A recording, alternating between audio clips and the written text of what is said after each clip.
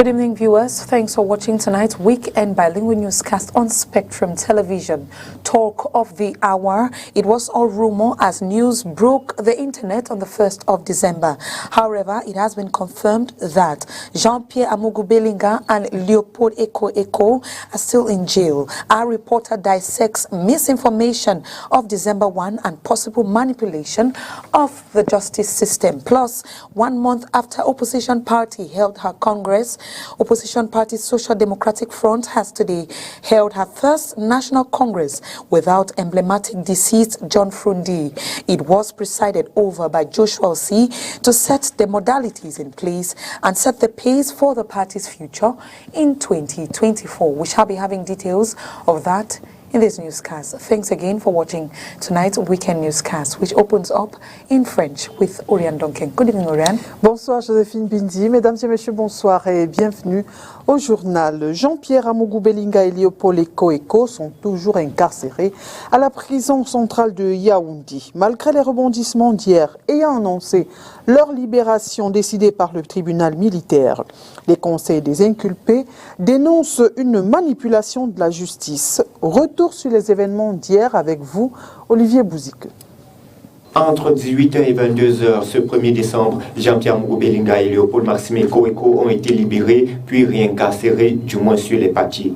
Les avocats des mises en cause ont pourtant officiellement été notifiés par le greffier du tribunal militaire de la remise en liberté de leurs clients conformément à l'article 15 du Code de justice militaire. Tout de suite, familles, proches et curieux ont investi la prison de Kondengui pour accueillir en joie les désormais expansionnaires. Coup de théâtre, quelques heures plus tard, l'ordonnance de libération émise par le juge d'instruction, le lieutenant-colonel Florent Messikati de Cammo, est présentée comme faux par la justice militaire dans de nouveaux documents répandus sur la toile, à la surprise des conseils des deux inculpés. Je sors du tribunal militaire. Elle est authentique à 100% et le chef de l'État a eu la copie de l'ordonnance. Et puis nous sommes au tribunal pour demander la levée des groupes. On nous dit qu'il y a des réunions, on a attendu 5 heures. Et puis les documents circulent en disant que l'ordonnance serait un faux. C'est inacceptable. Si on nous demandait des analyses de graphologie, on va le faire. Parce que compte tenu de la probité de ce juge, nous pensons qu'il n'a pas pu faire ça. C'est la nouvelle piste du juge qui inquiète tout le monde. On ne veut pas que la vérité apparaisse. Un juge ne peut pas rétracter sa propre décision. C'est impossible. Sa décision peut éventuellement être réformée en cours d'appel. Sauf que dans ce cas-ci, il n'y a pas d'appel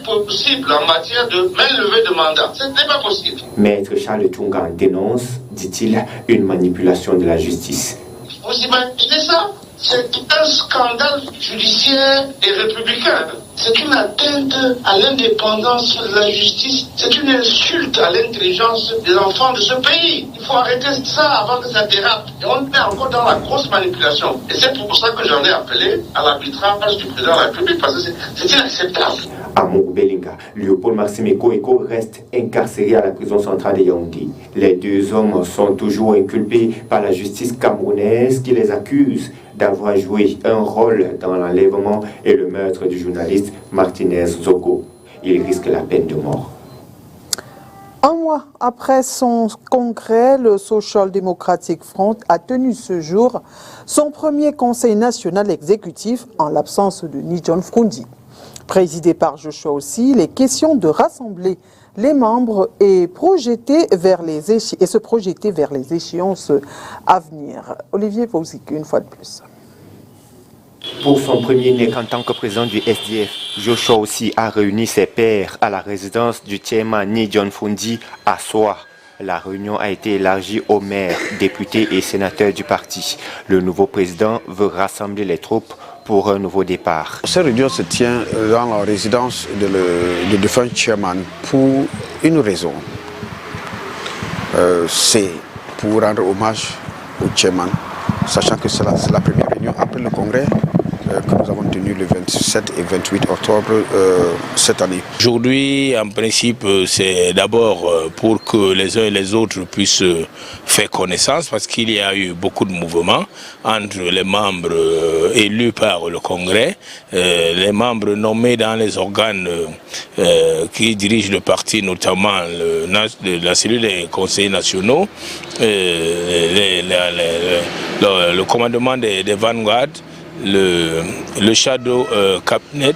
Selon le nouveau chairman, l'un des enjeux de cette rencontre est de rappeler aux militants l'urgence de se mettre en ordre de bataille pour les inscriptions massives sur les listes électorales. L'idée est d'étendre la représentation du parti sur l'ensemble des 360 antennes communales de l'ECAM.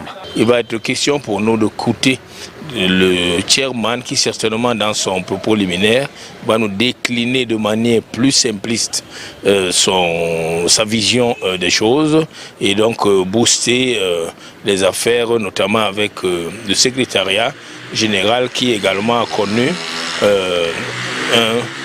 un léger réaménagement avec la nomination de M. Ndjong Donatus comme le nouveau secrétaire général. Joshua aussi a en outre insisté sur la discipline et le projet d'identification des nouveaux leaders au niveau de la base. Le chairman envisage en outre l'organisation prochaine d'une conférence nationale en vue de définir les positions du parti sur les défis majeurs du SDF et du Cameroun en général. Toujours en politique, les membres du Parti camerounais les membres du bureau politique du Parti camerounais pour la réconciliation nationale étaient réunis ce jour au siège du parti à Yaoundé. L'objectif de cette réunion était de tabler notamment sur les préparatifs du congrès du parti prévu dans quelques semaines. Sur les résolutions de cette rencontre, je vous propose d'écouter la déclaration finale du président de séance. L'an 2023 et le samedi 2 décembre s'est tenue une session du bureau politique national du PCRN au siège du parti CISO, lieu dit immeuble Baïga Center à Yaoundé. Ce conclave était élargi aux vice-présidents, aux secrétaires nationaux ainsi qu'aux députés et maires.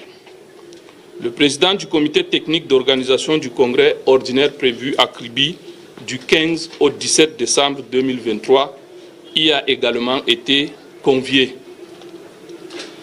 Après lecture du rapport de la réunion entre le président national et les délégués régionaux, tenue le mercredi 29 novembre 2023, 3 principaux points étaient inscrits à l'ordre du jour.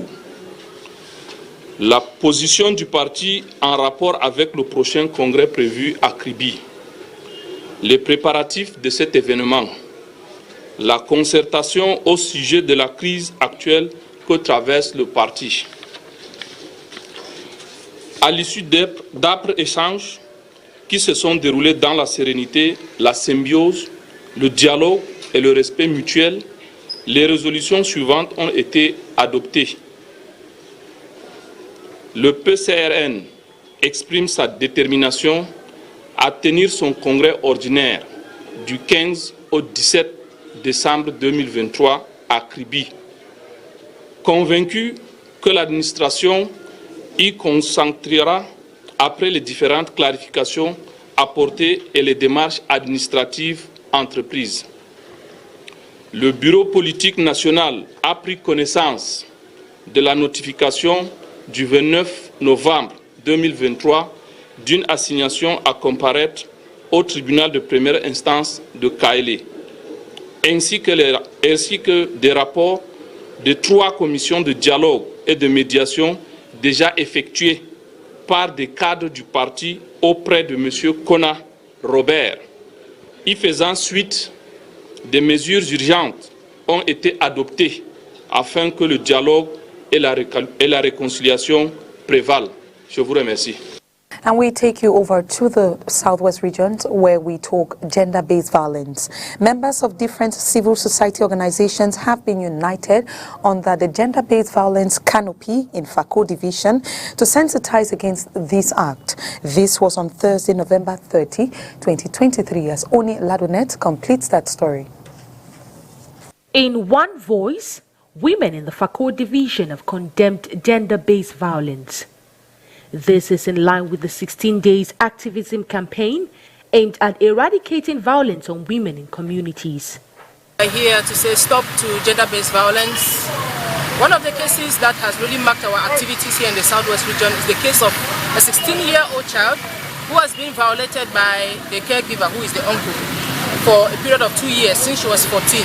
That case really touched me so much because You can imagine this child going through violence throughout this period of time, and she could not speak up because she was given life threats. She was like being asked to stay quiet and not say a word because she might tarnish the reputation of the family or that of the perpetrator. But I was very happy because she had to open up and speak out. The campaign kicked off with an advocacy walk starting from the Women Empowerment Center in Maiwan, descending to Half Mile in the town center. Civil society actors have been urged to dedicate time, energy and resources in combating violent acts perpetrated against women and young girls. This war, this move around to sensitize and get communities to know where they have to run to when it comes to the case of gender-based violence. I think in the past couple of years, we have seen cases of children who have been molested by a relative, and when those cases came to us, an organization might come with a case like that, but before you know it, the entire platform rallies behind that organization and rallies behind that victim. And before we know it, it goes through the law enforcement department, and from there it proceeds to the state council. Over the next 16 days, the gender-based violence platform in Fako will engage in an outreach activities in schools, churches, offices and markets to educate the public on the perils, informing victims about assessing justice. The Southwest region, now in Boya, where the population has been edified on the need for them to know their HIV and AIDS status while maintaining a healthy and peaceful relationship with HIV patients both in family and around. We remain with you, Onila Donet. In Boya, the local population has been enlightened on the importance of knowing their HIV status and fostering a harmonious coexistence with HIV-positive individuals. This was during the World AIDS Day event held at the Bongo Square Ceremonial Grandstand on November 1, 2023. This year has a theme, collect communities need. So our communities, we are involving now we have been involving them, but want to involve them now in another level, meaning we have put them together, our pastors, our religious leaders, our traditional leaders, our local community organizations to work together in the fight against HIV. How are we doing that? We are organizing conferences with other partners, both technical and financial partners, to tell them that they are the ones in charge. We want them to go ahead of us. We have been leading, but let the communities now lead. The event featured a variety of engaging activities, including sketches, singing performances, which served to entertain and educate attendees. Words of encouragement were given to those who tested positive to HIV. HIV is not deadly disease as we used to think. Now there have been more sensitization to know that when you have to be tested after every 3 months to know your status. That is the goal, that is the idea. Know your status so that if you're positive, you immediately start antiretroviral treatment, which is free and it has been given to the government free. Those who are already living with HIV, they have their medications free. They do their viral load exams, which it determines that they are taking their medication well, and all these facilities, all these parts are found in our different health facilities. The celebration at Bongo Square not only raised awareness about HIV/AIDS, but also reinforced the community's commitment to achieve zero discrimination, enhancing the support for HIV-positive persons, and also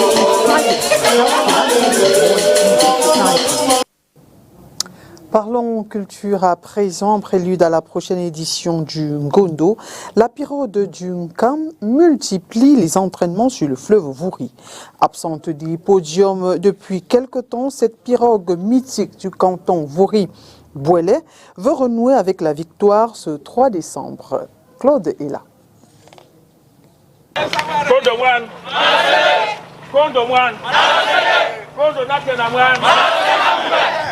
La pirogue d'Inkam veut retrouver ses lettres de noblesse en rapportant la course lors de la prochaine édition du Ngondo 2023.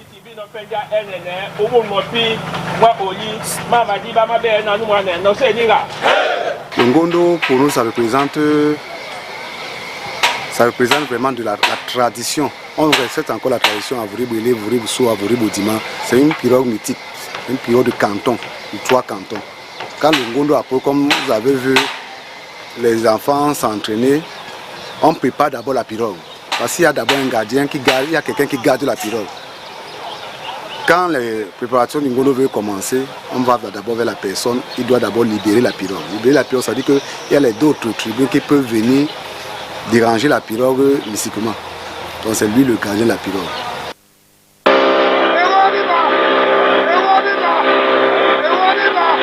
Les séances de navigation se multiplient sur le fleuve Vouri pour une meilleure performance sous les encouragements des filles et fils du canton Vouribouilé.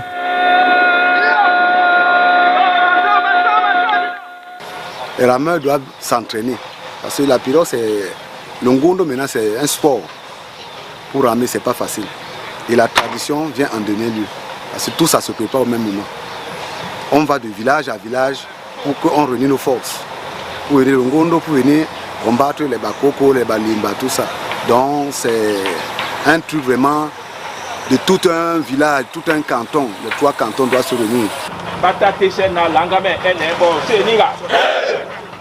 Entre entraînement physique et spirituel, les rameurs se disent fin prêts pour le grand jour.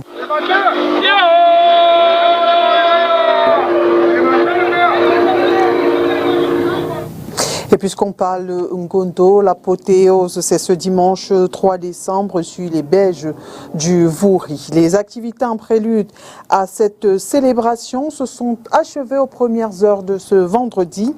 Les caravanes dans les différents cantons ont présenté les Miss et les lutteurs. La grande veillée a mis en compétition les meilleurs de chaque canton, que l'on soit Miss ou lutteur. Au terme du challenge, Astrid Muriel Ivana Elon Samé, 26 ans, on espère avoir quand même les images, 26 ans, en master en lettres bilingues à l'université de Boya est sacrée Miss Ngondo 2023. Abega Lobel, lui, est champion poids léger Ngondo 2023. Je vous propose à présent d'écouter quelques participants à cette grande veillée. Oui, en tant que Bonambela, je ne peux être que content. Et surtout en matière de lutte, c'est le 4e trophée de la dernière décennie. Nous espérons que ça va continuer comme ça. Bon, à 2 jours de l'apothéose de Ngondo, qui sera marqué par la fête dite de l'eau, je peux dire que c'était un mois réussi dans tous les plans, que ce soit les tournées dans les cantons, que ce soit les rencontres de discussion pour savoir ce que c'est que le Ngondo, mais aussi cette veillée de ce soir. Vous voyez, il est déjà 2 h du matin, on n'a pas vu le temps passer, donc c'est animé. Nous pensons que dimanche, sur les berges du Vouri, ça sera encore un grand succès. On y invite tout le monde, qu'on soit Sawa ou pas. Le Ngondo de dimanche, c'est pour tout le monde. Sentiment de joie, c'est encore plus un honneur parce que Bonambela, en poids léger, je pense que tout le monde est d'accord que nous sommes les meilleurs. Et nous dédions une fois de plus ce trophée à notre roi, à notre King Akwa. Elon Samé, Astrid Muriel Ivanela, je viens du canton Belle Aïmakwa, à Doumbandé. Je suis très heureuse, très contente parce que mes efforts ont été récompensés. For an international student to apply and study in the United States and test with our partners, VOA. This talented teenager from Rwanda, Jessica Kiza, won a full scholarship last year to attend San Francisco's Archbishop Reardon High School. She loves basketball, ballet, and most of all, bioengineering. I found out that without medical engineers, doctors wouldn't be here. So I was like, why not help the doctors by making devices that would help them improve the patient's care. When Jessica applied for the mandatory F1 student visa, which allows students to live in the United States while studying, the U.S. State Department denied her application, dashing her dream. Debbie Finling, who met Jessica while working in Rwanda and planned to host the teen in San Francisco, was equally devastated by the denial. She's left thinking that it's a flaw in her as opposed to it being a flaw in the system. And that just crushes my heart. Jessica is among many international students denied visas to study in the U.S. A July report by the President's Alliance on Higher Education and Immigration found that between 2015 and 2022, the State Department issued a record number of F1 visa denials. The report says during that 8-year period, reputable schools accepted 92,000 African students like Jessica, but they were also denied visas without being given a reason.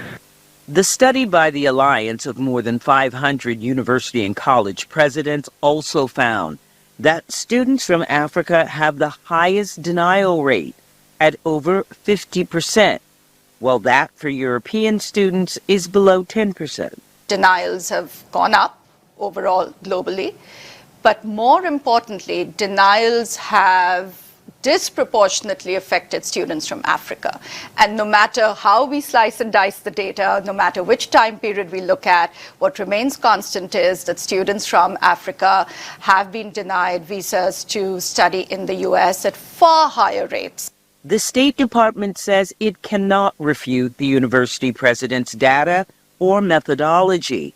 However, in a written statement, it said that in 2023, the department issued more than 40,000 student visas to African students, the most in the past decade.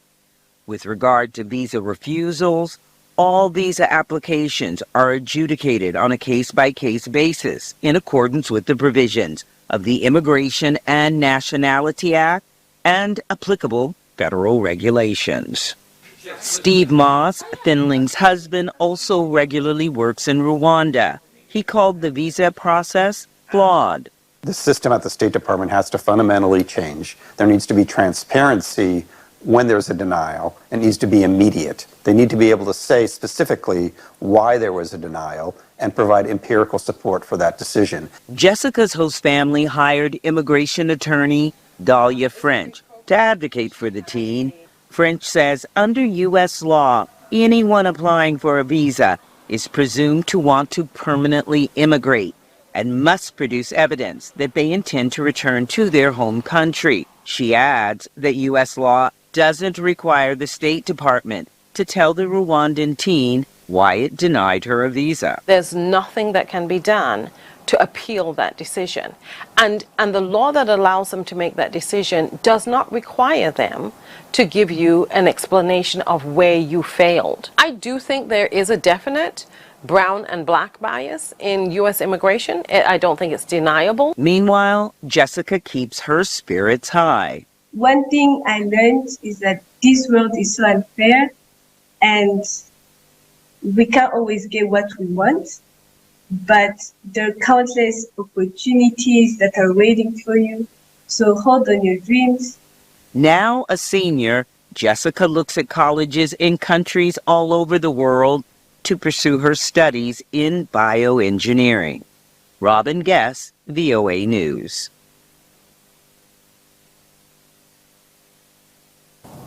And that was how we saw it on tonight's newscast. Thanks for watching. It was a pleasure. Good night and happy weekend. Happy weekend to you, Oriane. Merci Joséphine Bindi. Mesdames et messieurs, merci d'avoir été des nôtres. Bon week-end en compagnie des programmes de Spectrum Télévision.